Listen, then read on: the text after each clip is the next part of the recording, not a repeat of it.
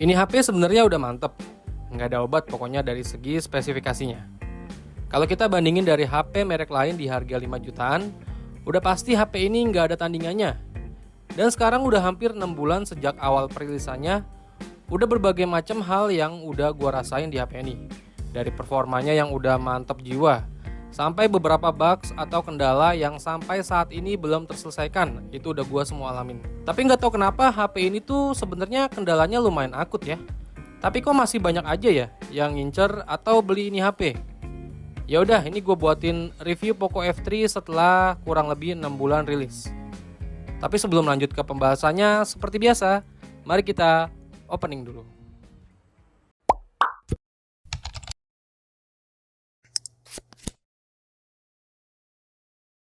Biar lebih enak bahasnya, mungkin kita mulai dari desainnya dulu aja kali ya. Secara desain, Poco F3 ini memiliki tampilan desain yang udah kekinian banget. Dimana Poco F3 ini berbalut kaca di bagian depan dan belakang dan sudah dilapisi oleh Corning Gorilla Glass 5 yang menurut gua udah cakep, nggak beda jauh dengan flagship keluaran brand lain, dan tentunya mampu mengikuti market pasaran tahun-tahun ini. Dan juga bagian belakangnya tampilan desainnya itu udah cakep dan bentuk kameranya ini gue suka, yang bulat-bulat gitu. HP ini memiliki bentang layar 6,67 inch, jadi lumayan udah gede ya. Dan panel yang dipakai adalah Super AMOLED E4 serta resolusinya Full HD+, refresh rate-nya mantep 120Hz. Udah mendukung HDR10+, dan tingkat brightness-nya nih yang bisa mencapai 1300 nits. Jadi untuk sekedar nonton video ataupun nonton film di Netflix itu udah cakep, layarnya tuh udah juara pokoknya. Ada 3 pilihan warna yang disediakan, yaitu hitam kayak yang gue pakai saat ini, ada juga putih dan warna biru. Untuk kualitas layarnya di HP ini gue bisa bilang udah cukup tajam dan ngegonjreng ala Super AMOLED, yang dimana HP ini memiliki reproduksi warna yang cukup hidup. Dipakai untuk multimedia lainnya, untuk kualitas audio di HP ini mantep, dimana HP ini memiliki setup 2 buah speaker dan udah mendukung Dolby Atmos.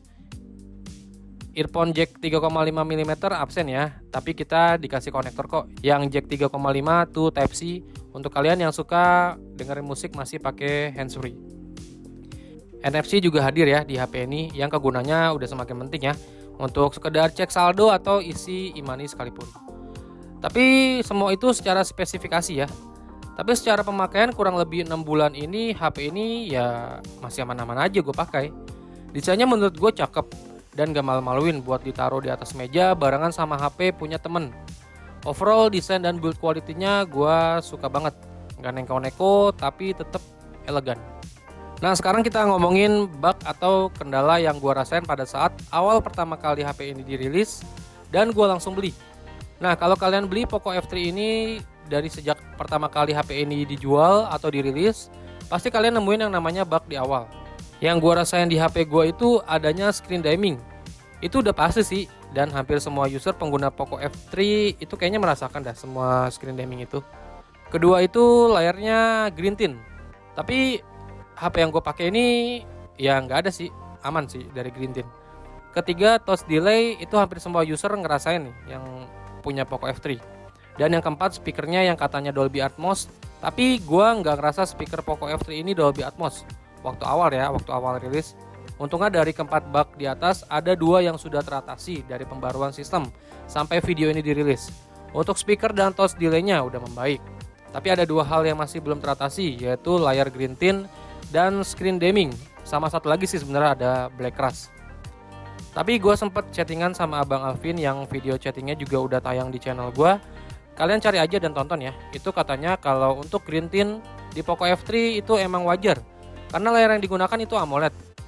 Tapi kalau menurut gue ya nggak juga sih, karena gue juga review beberapa produk HP Samsung yang pakai Super AMOLED, nggak ada tuh green tint di layarnya. Tapi bagaimanapun itu Poco F3 tetap jadi salah satu HP yang terbaik lah di harga 5 jutaan, nggak ada obat pokoknya. Tapi gue nggak tahu sih sama kalian yang beli di batch kedua atau seterusnya, apakah kalian nemuin kendala yang sama? Coba kalian diskusikan ya di kolom komentar biar sama-sama berbagi ke yang lainnya. Sekarang lanjut bahas ke performanya. Buat main game di HP ini tuh udah nggak usah banyak komentar lah. Ngegas, nyaman dah, pokoknya mantep. Dimana HP ini dibekali dengan SoC Snapdragon 870, dan untuk varian di HP ini ada tersedia RAM 6GB dan ada juga yang RAM 8 GB. HP ini nggak ada slot micro SD-nya ya, jadi pastiin aja RAM sama storage-nya yang kalian mau pilih untuk jangka waktu pemakaian lama. Di sini gue main PUBG Mobile, HP ini bisa menjalankan kualitas grafik smooth extreme atau mentok kanan juga nih, Ultra HD, frame rate-nya ultra. Yang dimana main di HP ini tuh nggak usah diragukan lagi. Mungkin kalau udah dipakai lama, HP ini ya pasti akan berasa anget, tapi masih dalam batas wajar sih. Overall cukup puas main PUBG di HP ini. Dan juga main COD Mobile, HP ini bisa disetting maksimal di grafik rata kanan juga. Dan untuk game Genshin Impact pun mampu disikat dengan grafik medium di 60 fps. Itu udah nyaman. Lalu untuk menunjang prosesor Snapdragon 870-nya, HP ini dibekali kapasitas baterai 4520 mAh yang nggak sampai goceng ya. Yang harusnya sih udah cukup awet dan bisa bertahan seharian penuh dengan screen on time lebih kurang 5-6 jaman. Untuk ngecas di HP ini cepet banget, dimana udah berteknologi fast charging 33 watt, udah Type-C ya. Dimana ngecas dari 0 sampai 100% itu cuman butuh waktu 1 jam 10 menitan. Lagi-lagi secara angka Poco F3 itu udah cukup mumpuni banget.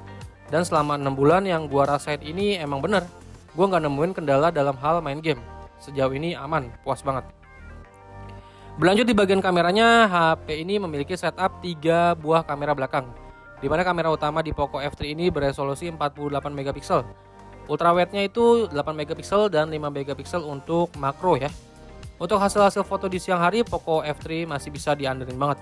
Karena hasilnya itu bagus dengan detail yang oke dan dynamic range yang udah cukup baik. Lalu masuk ke foto low light, HP ini juga memiliki mode malam atau night mode yang menurut gue itu udah cukup lah bisa diandelin.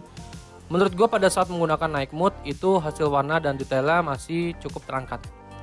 Masuk ke videografinya, HP ini mempunyai fitur stabilisasi yang udah cukup banget yang bisa diaktifin di mode resolusi 1080p 30fps atau di resolusi 4K 30fps. Detailnya tajam, perekaman videonya udah stabil. Berlanjut di kamera depannya nih, HP ini dibekali resolusi 20 megapiksel. Dan untuk hasil foto Poco F3 ini udah cukup bagus, dimana hasil foto kamera depannya cukup detail. Warnanya bagus dan memiliki mode potret yang juga udah cukup rapi. Lalu untuk videografinya di kamera depannya Poco F3 ini bisa merekam hingga resolusi 1080p di 30fps atau 60fps juga bisa, yang dimana gue amazing banget. Ternyata di kamera depannya di 30fps itu fitur stabilisasinya itu aktif. Jadi cocok banget nih buat kalian yang suka vlog pakai HP ini. Overall gue suka sama kualitas kamera di Poco F3 ini. Malah gue nggak tahu kenapa ya, banyak di grup-grup komunitas Poco F3 itu ada yang bilang kameranya burik. Ya entahlah, mungkin unit mereka aja kali yang dapat yang burik. Punya gue sih enggak, sejauh ini aman-aman aja dan powerful. Tapi untuk kendala atau bug itu ada. Dan yang terakhir untuk user experience sehari-hari yang gue pakai ini aman-aman aja. Dan semua serba cepat, kenceng. Dari sekadar scroll-scroll sosial media, baca berita, sampai buka tutup aplikasi ini udah ngebut. Main game juga udah powerful, rata kanan. Untuk kebutuhan gue sehari-hari udah cukup. Baik itu pengalaman penggunaan multimedia, sampai ke kualitas kameranya udah mantap selama gue pakai. Kekurangannya selama 6 bulan ini paling dari baterainya aja sih. Yang nggak tahu kenapa makin lama makin boros, alias ya cepat habis. Belum lagi kadang baterai suka habis sendiri pada saat kita tinggal tidur. Lumayan sih, bisa sampai 10% bahkan 20%an ketika gue tidur dan gue bangun ya udah habis gitu. Tapi overall menurut gue untuk dipakai jangka panjang sih udah cocok banget. SoC yang udah terlanjur tinggi dan juga jaringannya yang udah bisa mendukung 5G. Yang menurut gue HP ini sangat cocok dipakai dalam waktu lama. Sebagai tambahan aja, kalau kalian mau berniat beli HP ini, mending belinya second aja sih, karena udah banyak banget dijual. Untuk RAM yang 6GB banyak dijual di harga 4,3 sampai 4,5 jutaan, tergantung kondisi ya. Dan 4,5 juta sampai 4,8 juta untuk RAM yang 8GB. Oke, sekian dulu video review 6 bulan pemakaian Poco F3 dari gua. Semoga bermanfaat buat kalian semua dan sampai ketemu di video gua selanjutnya. Oh ya, buat kalian yang mau komentar, komentar aja, tapi yang sehat ya. Vega pamit, bye.